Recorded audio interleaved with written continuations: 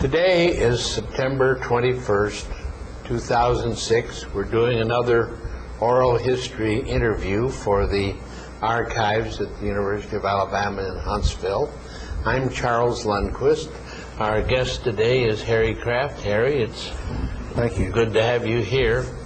We like to start out by letting you tell a little bit about where you spent your youth, where you were educated, and how you got into the space program. Well, I'm one of the few that are born and raised in Huntsville. My family's been here since the 1800s. A formal education other than the local area here in Huntsville was at Auburn University, where I have a degree in electrical engineering. And then I got a master's here at UAH and co-opted and worked my way through the schooling system with the Germans and with the Army and NASA. When did you start co-oping? I started in 1958 and got out. I graduated in '64, had to spend a couple of years in the Army, and then came back and have worked in the space program ever since. What part of the organization did you go into in '58? Well, as a co-op, I was lucky enough to get a really diverse sort of a background. I worked for a while in a drafting room, which taught me how to draw reasonably well. Worked for a while in the aero, in the wind tunnel, primarily doing electrical side of things as opposed to any of the aero analysis, but working with the models and all in the aero. Then finished up in what we used to call Astrionics and worked telemetry systems. So you got through being a co-op about when? I got out in '64, and after coming back from the Army, I went to work on Saturn systems, the Saturn 1B and Saturn 5 telemetry systems and measurement systems. That was in Astrionics? That was all in Astrionics. Who was the director of Astrionics then? When I got started, it was Dr. Hauserman, and he lasted, I'm not sure how long he was the director there. I don't really remember when we had change of command. Brooks Moore was in the command channel for a while. So we had a number of guys come and go, but I was fortunate enough to get started with the Germans and got a good education in the way they like to see things done, as a number of us did. Yeah. Testing in particular. All right. Well, as your career progressed, what did you do next? Well, after coming back, as I said, I worked on Saturn systems, and I really came back from the Army, and they offered me one of these offers that you couldn't refuse. They said, we want you to become a project manager on something called the cue ball, which was an angle of attack sensor on the very tip-top nose cone of Saturn 1Bs and Saturn 5s. The problem they didn't tell me when they gave me the job is we'd had a failure on a previous flight, and I had to work the system back through to get it all requalified. So that took a great deal of effort and a lot of long hours in test chambers, vibration tables, thermal, rain, wind, dust, you name it. I left there, and after I left Astrionics, I started in program development. About when would that have been time-wise? That was in 69-70 time frame. Dr. von Braun saw the merit of taking the diverse background of Marshall and having it do something other than just pure propulsion. And some of us who had worked in measurement systems had been exposed to the science side of things. And we went up in program development and started looking at other opportunities that the center could take our talents and put them to work interfacing with the science community. And that's really where Hubble came from. That's where Space Lab came from. And that was a project I worked on 25 of my years here, watching it grow from pieces of paper into hardware and flying a number of times. So you spent a lot of time then on Space Lab. I spent a majority of my career on Space Lab. We flew 25 or 30 missions. The missions varied in size from full modules to pallets to things on that flight deck of the orbiter. I got exposed to international engineering, which I thoroughly enjoyed. I got exposed to how things are done in other parts of the world, which is not always exactly the same way it's done here. Do you remember any interesting incidents from all of that? Well, if you travel to Europe and Japan enough, there's always got to be interesting incidents. But if you take a look at what we were trying to do, aside from the fun side, you talk to engineers around the world, and we all have the basic same education, but the way we utilize the education is somewhat different. The way we were taught at Marshall to do things and the way we were taught to accomplish tasks didn't really match the way, for example, in Western Europe that they were taught. And there had to be a lot of give and take. And I think the biggest thing I learned over that period of time was the give and take. Plus, we made a lot of really good friends. And once we got started working together, we were a bunch of engineers who wanted to put something in space. That's very good. And when you finished with Space Lab, or when the Space Lab drew to a conclusion, what happened then? Well, Space Lab started giving away to Space Station. As everybody knows, that was the next evolution in putting some kind of a science platform in space for the scientists in our country and around the world, for that matter, to take advantage of the microgravity and above Earth's atmosphere. The thing we grew out of Space Station, I left there and went to an organization that was doing technology transfer, and I stayed there for about 4 years.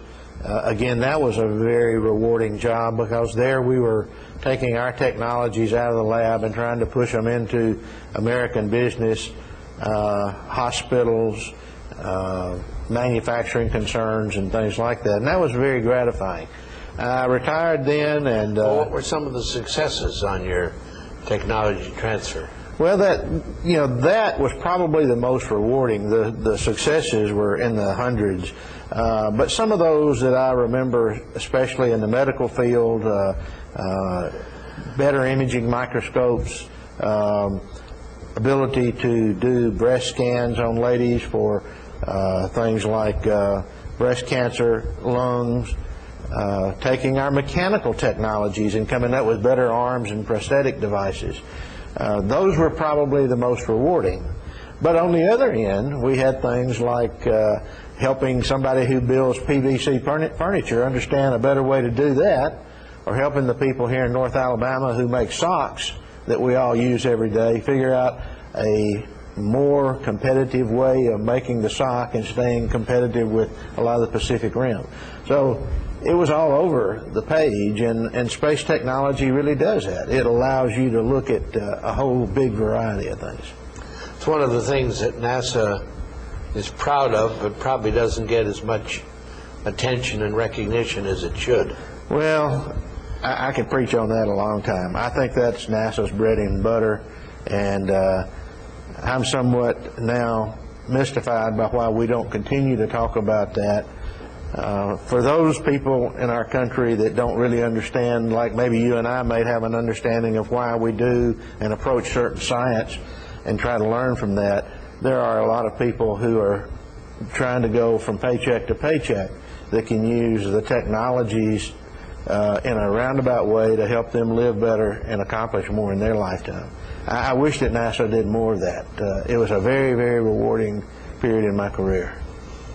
Well, when that ended, what did you do next? Well, I left there and went back to the military side of things, and for about 4 or 5 years worked on the ground missile defense system, again on the space side of things, because that's where my background was. I worked there for about 5 years, primarily looking at modeling and simulations of that particular system. I stayed there for about 5 years. What organization was that? I worked for a little company called Colsa Corporation. So after you retired? After I retired from NASA. Well, what year did you retire? I retired in January of '98. All right. And I worked, the military side of it was the ground missile defense system based here in Huntsville, with a portion of their headquarters, and up in Washington with the rest of it. After working there for about 4 or 5 years, I migrated back to my heart, which was to work NASA stuff, and started back working a little satellite system that Marshall had, trying to help them get that going, and we flew that about a year ago, the rendezvous and docking mission, where we looked at technologies for rendezvous and docking with other spacecraft, which is something we're going to have to do as we continue to build space platforms that want to go to Mars and places like that. Since then, I graduated from that job because we flew, and now I'm working on the new launch vehicle, the crew launch vehicle, and I'm working on the first flight of that, which we hope to do in April of '09, and we're working hard toward that. It's coming along fairly soon. It's coming along real soon, and one of the things that I sort of looking forward to is saying that I worked on a Saturn, worked on a shuttle, and now I've worked on CLV. So that's 3 launch systems that Marshall Space Flight Center was involved in that I've got at least the privilege today of working on. I'd like to see it launch if the good Lord's willing. What are the objectives of that first launch? The first flight is basically to try to prove out some of the aerodynamics, some of the processing at the Cape, and the handling and recovery of a booster system that is much different than the shuttle looks like today. The Ares vehicle is very, very tall and slender, about as tall as the old Saturn V. It uses the shuttle solid rocket booster system for its initial propulsion, and then it'll have really a Saturn-derived J2 engine for the second stage. And it's an inline vehicle so that the crew will ride on top just the way we did back in Apollo, and we get rid of a lot of the problems that we've had with shuttle of debris coming loose, worrying about heat shield damage and that type thing. We'll be more back to the kind of a vehicle that we had with Apollo. It'd be larger, obviously, but that's about what we look like right now. And again, as I said, the first flight's April of '09. It has an escape system on it? If you, other than being a lot skinnier, so to speak, it looks about like a Saturn V. Has a launch escape tower we used to call on Saturn. It's called LAS, Launch Escape System. The capsule is immediately under that and has a design that's very similar to the old Apollo. Now it's bigger in diameter and designed to carry more people, and has more cargo carrying capability. It will have under that a support module like we had with Apollo. It'll have some kind of an avionics ring, which was similar in Saturn to the instrument unit we used to call, which was a part that Astronautics did. That's where I got my initial upbringing. We'll have an instrument ring, or in this case we call it a payload adapter, to house most of the electronics and control systems. That's a real advantage to her, a real experience to have worked on all those evolving systems, one going into the other. Well, you notice when your hair gets gray that you must have been around for a while, but you're exactly right. I've enjoyed my career. I've enjoyed continuing to help and continuing to be involved, and you're right. Sometimes you look back and the things come back around. I'm not sure I ever thought we'd come back to something that looks like an Apollo capsule with an instrument unit and all under it, but that's where we are today. Well, in closing things, do you have any thoughts you'd like to put on the record for the new generation of engineers and scientists coming along, or just final thoughts you might like to put on the record? Well, you know, one of the things that I would like to leave for somebody to think about, and that is that pick a career that you enjoy and enjoy your career. If it can be your hobby, that's great. I sort of think work is my hobby, but really the space part of the work is my hobby. I enjoy that a great deal. The other thing is for the young people is to understand not to be afraid to take a chance. Our society has gotten to a point that failure is really looked at as a terrible, terrible tragedy.